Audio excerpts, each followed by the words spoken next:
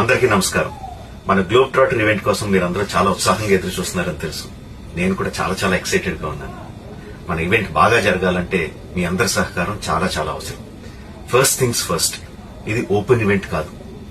Physical passes ఉన్న వాళ్ళు మాత్రమే మన ఈవెంట్ కి రావాలి.